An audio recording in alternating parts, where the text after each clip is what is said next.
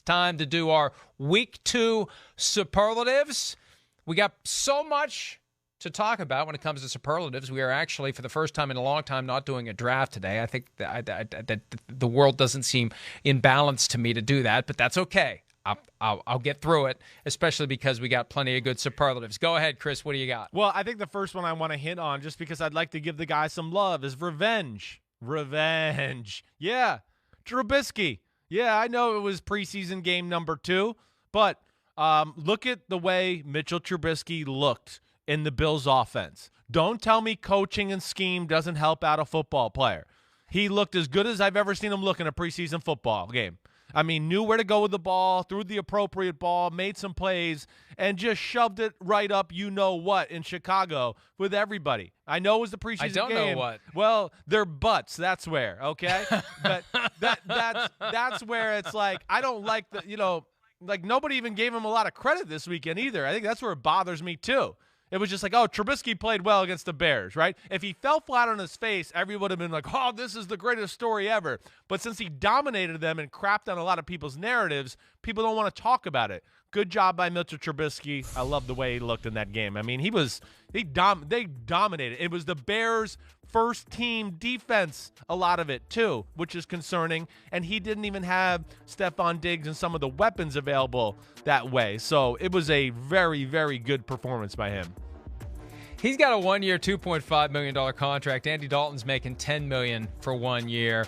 And I saw some speculation on Saturday, some of which may have been tongue-in-cheek. Brian Daboll, the offensive coordinator, becomes a head coach somewhere next year, signs Mitchell Trubisky to be his starting quarterback right out of the gates. And, usually when you see a quarterback that you've become accustomed to seeing in one uniform, in a new uniform, it looks weird. It didn't look weird. It looked normal. It looked natural to see Trubisky in a Bills uniform. It was just strange because usually it's like, man, that's different. I saw it and I thought, man, it looks fits. more natural than the Bears uniform did. Yeah, and he certainly seemed comfortable. I mean, really, every decision he made a lot of nice throws. We saw his athleticism, everything like that. So they got to feel good in Buffalo about, hey, if Josh Allen does sprain an ankle or something like that, Trubisky seems to have a pretty good hold of the offense. Yep, I agree. And good for Mitch Trubisky. And we'll see. Ideally he won't play at all this year for the Bills, but if they need him, we'll see what he can do. I have to go to Baltimore. I don't know whether it means anything. John Harbaugh tells me that it does, based upon the quotes that I saw publicly after the game on Saturday when they defeated the Panthers 20-3 to tie the all-time record for consecutive preseason wins. Vince Lombardi, 19 straight wins from 59 to 62. 59 was his first year with the Packers. 19 straight preseason wins.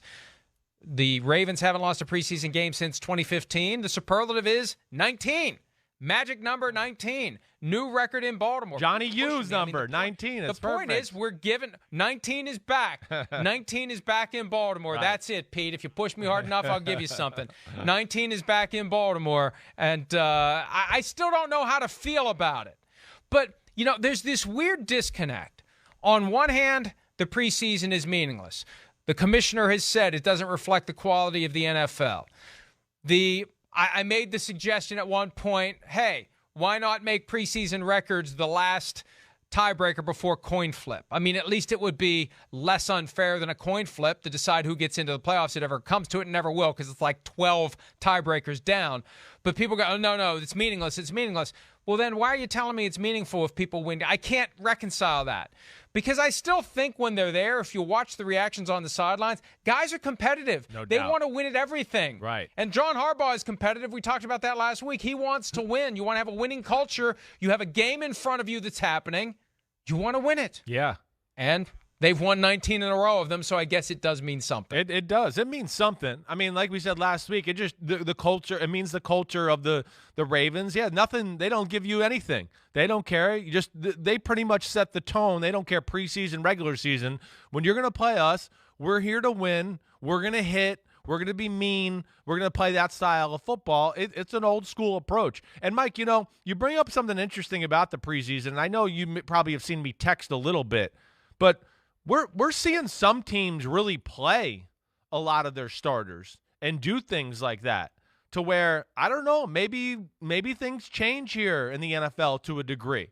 I mean, the Patriots, the Patriots played a ton of their players the other night. You see the Dolphins trying to reestablish themselves. Yeah. I think it depends on where you are as a program. Sure. Right? Right, to a degree, yes. And sometimes you need those games to get yourself ready. You need those games. You need to try to win those games to make you get the buy-in that you need from the players. Sure. Like for a new coach, I think it's important to win the games that are in front of you, to get everybody on board. They feel like it's working. So I just think it's something every that's situation's determined by different. Every coach. You're right. But I still think it's like Kansas City Chiefs. Look at all the players they played. They played Mahomes into the second quarter. I do think there's got to be some of these old school coaches, even with Shanahan, Sean Payton, Harbaugh. I know Lamar hasn't played yet, but I wonder if he would have with COVID or they. The Steelers, we see their starters out there, all those type of things. I got to think some of these old school coaches a little bit are going, wait, with all these rules and lack of practice and all that, if we want to be good at football, we might actually have to play football at some point and do that. And yeah, I just found that interesting so far. That some of these teams, they got tough early season schedules too, and they can't be going, wait, we're going to throw our starters for the first time on the field all year long in the first game of the year against a really quality opponent. So maybe that thought's changing too. And it's one thing to get your starters some work. It's another thing to use your starters with the goal of winning the game. Remember what Rex Ryan did in 2013? Yeah. When he put Mark Sanchez back in the Snoopy Bowl to try to beat the Giants, and Sanchez messed up his shoulder, and Rex got destroyed for it. He wanted to win the game. Got to win the game. They talk about this trophy all week. He got the little Snoopy trophy, the MetLife Stadium Snoopy trophy, and it's ludicrous. It's ridiculous. So I understand trying to get your starters some work. And for some franchises, it's important to try to establish a winning atmosphere. But we see teams playing starters. One major injury happens, and get the starters off the field. We can't afford to have anyone get injured in these games that don't count. All right, what other superlatives you have? All right, I'm going to go with I've seen better, right? You remember the movie Liar, Liar, right? Like, I've seen better. Yeah, I don't know how you feel about this, but Patrick Mahomes on Thursday night or Friday night, whatever night that was, I think that was Thursday, I thought was Friday. You have this trouble every week. I know. I can't remember because there's so many games Thursday, Friday night. Between Thursday, Friday, and Saturday night, you're ingesting substances that may affect your memory. It could very well be that. Yes, I could very easily get things, little details like what night it was jumbled up. Definitely, 100%. But I thought that was about as underwhelming as I've seen Patrick Mahomes ever look. I'm just going to say that flat out. I love Mahomes. I think he's the best player in the NFL. I mean, no doubt about it. But I thought he missed throws that I've never seen him miss before. That's the first thing that jumped out to me. And then the second thing is, and again, I'm going to keep a close look on here. I'm not trying to create headlines or anything, but and anybody who's listening to my podcast, I'm all about looking at bodies, examining people, doing things like that. Mahomes running did not look the same to me in the game. And I just wonder if there's still something there with the toe or something like that. It did not look like the same burst or the same style in which he runs. Like he's changed something a little bit. And again, I'm just throwing it out there. It popped out to me, but I did not love the overall look of him altogether. I love their new offensive line, but it's about as underwhelming as I've seen him look maybe ever in a game.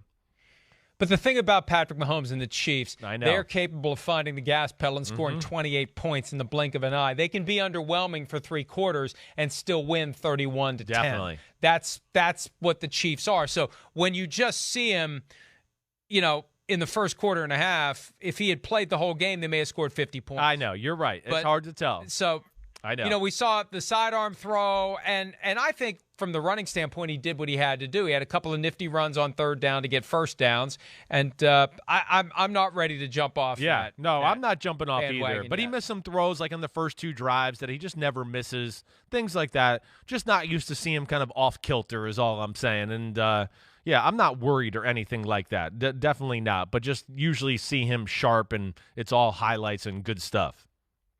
Next one for me, maybe it's not the Gloves Award. And I'm reluctant to do this because we spend so much time reflecting a sensitivity to the mental health of athletes, and they're no different than the rest of us. And with Jamar Chase, 5th overall pick in the draft, you start dropping passes, people start talking about it, you see it on social media, people are giving you a hard time, they're calling you a bust, they say they should have taken Penei Sewell instead. And on one hand, you say, hey, you're the 5th overall pick, it goes with the territory. On the other hand, I feel bad for the kid. He didn't play football last year, he's young, he's still getting his feet wet, and I think it's gotten into his head. Yeah. I think instead of Zach Taylor saying after the game, we expect our receivers to catch the ball, I think there needs to be an effort behind the scenes to get him to understand it's okay. Forget about it. Forget about the ones you dropped. Don't overthink it. Just go play football.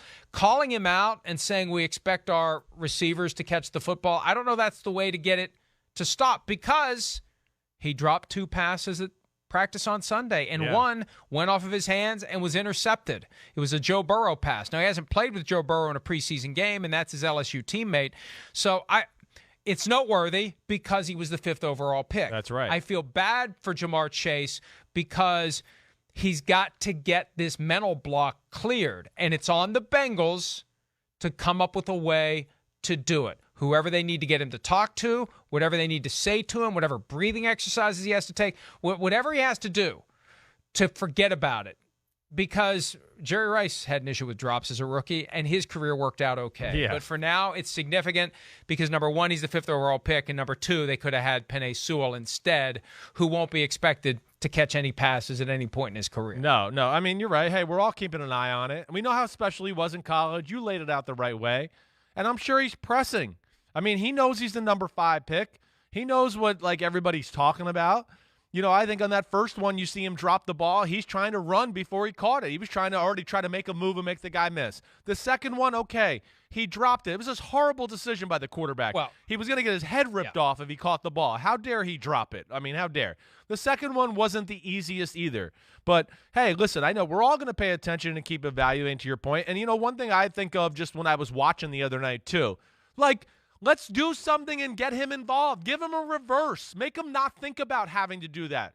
A reverse, a toss Deebo Samuel sweep, a speed sweep, a screen pass. Just get him involved in the game and let him get going that way. Yeah, he's got the training wheels on right now. Okay, help him out a little bit.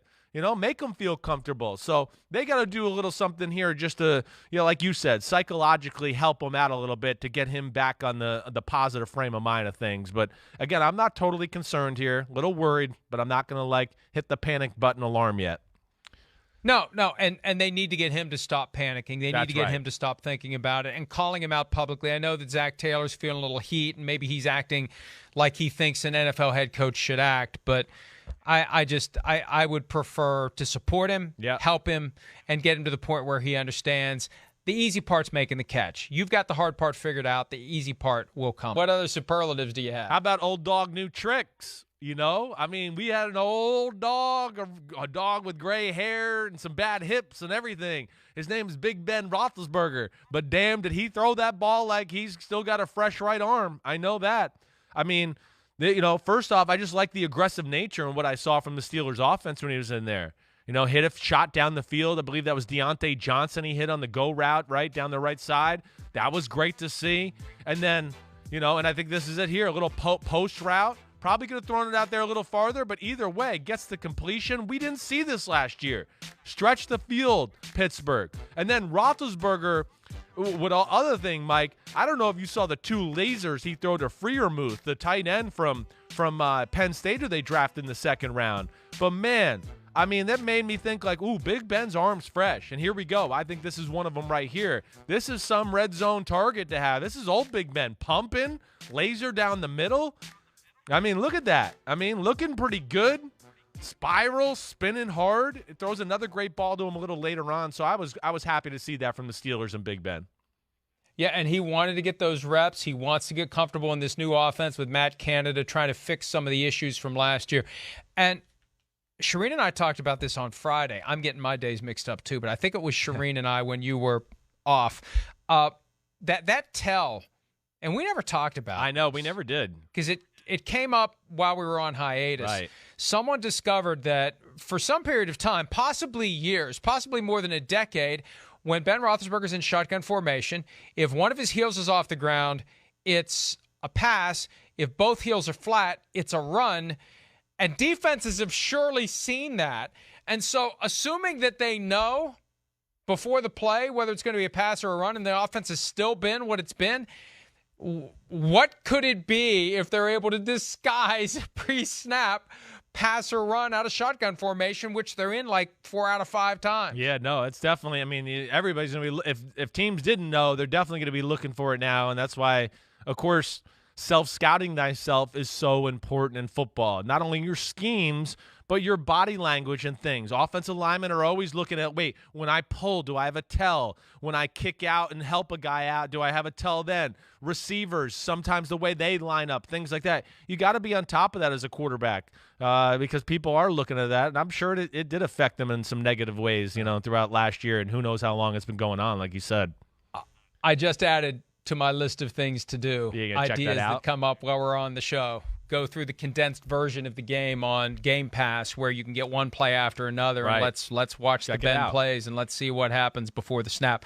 All right, last one for me. This is the James Robinson Memorial Award, although James Robinson is still going strong for the Jacksonville Jaguars, but he was an undrafted running back last year who was a Week 1 starter. Not that Antonio Gibson is in any danger in Washington, but Jaret Patterson, 16 carries for 71 yards and a touchdown. Yeah. 25 yards on 3 catches, all 3 targets that came his way. He caught the ball. A lot of buzz with Jaret Patterson in that organization. Ron Rivera, a high opinion. Again, he's not going to supplant Antonio Gibson, but just quietly, sneakily, another weapon.